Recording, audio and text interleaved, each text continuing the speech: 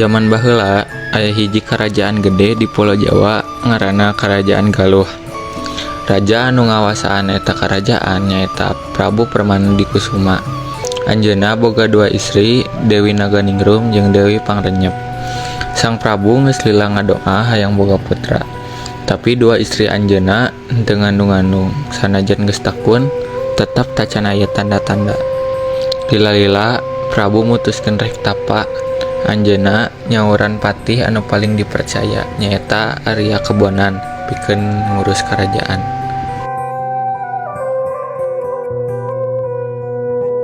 Bagaimana yang jadi raja? Urang jadi raja seganteng bagina tersare. Abdi bade nitipkeun kerajaan serta dua permaisuri ka anjeun. Anjeun kudu tetap ngajaga kerajaan ieu soalna abdi bade tapa. Kapura baginda upami baginda percaya, abdi bade ngalaksanakeun amanatna. Ayeuna ngaran maneh Raden Galuh Dharma Wijaya. Sang raja leungit tanpa jadi brahmana. Aku Baginda, tadi wengi abdi sareng Dewi ngimpi sami mimpina. Bulan dapat kakangkon, cek ajar Suparsi, ieu tandana bade ngagaduhan kita. Hah? Naon? Mungkin. Lengser. Apa baginda? Gancang turuan si aja seperti Bakal laksanakeun. Baginda anu rek ngahina ajar Sukarsi geus nyiapkeun rupa-rupa tipuna. Baginda geus ngadawuh kadua permaisurina supaya masang kuali dina beuteungna. Sangkan katempo siga keur kakandungan.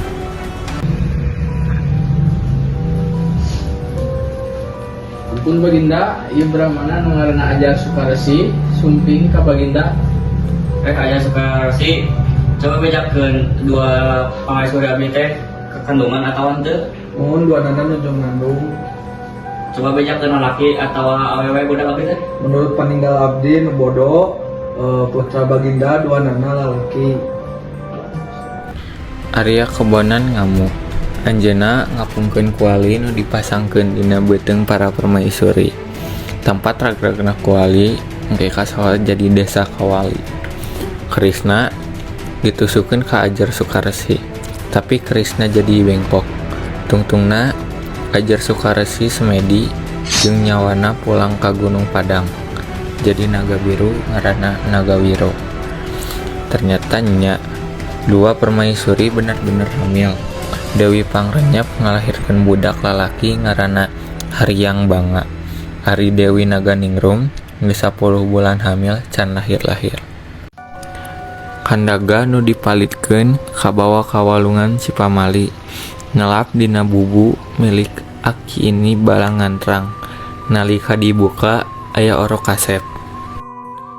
Bayi eta tuluy dirawat ku aki ini balangantrang kalayan asih. Anjeunna tumbuh sehat.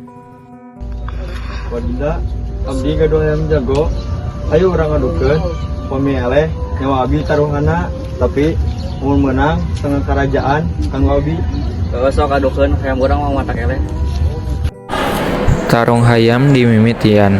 Hayam Ciung Wanara menang kalayang gembrong. Prabu kapaksa masrahkeun satengah karajaan. Prabu Dharma Wijaya jeung Dewi Pangrenyep, kejahatan maraneh kudu dibalas. Asup ke penjara. Hore, negara orang bakal tentram. Ulah urang terima. Ciung Wanara, ayo urang perang. Ayo. Maranehna tarung teu aya nu eleh. Ngadadak muncul Prabu Permandikusuma jeung Dewi Naganingrum. Geus. Tadi ate dulu bae kudu bisa memimpin kerajaan Galuh. Geus ya ku aing ngaranan walungan Pamali. Sanggeus kitu, Ciung Wanara ngajak Aki jeung Nini balangantrang cicing di karaton. Aranjeunna hirup bagja. Karajaan dingaranan Pakuan Pajajaran. Walungan eta tuluy kasohor nepi ka ayeuna jadi Cipamali.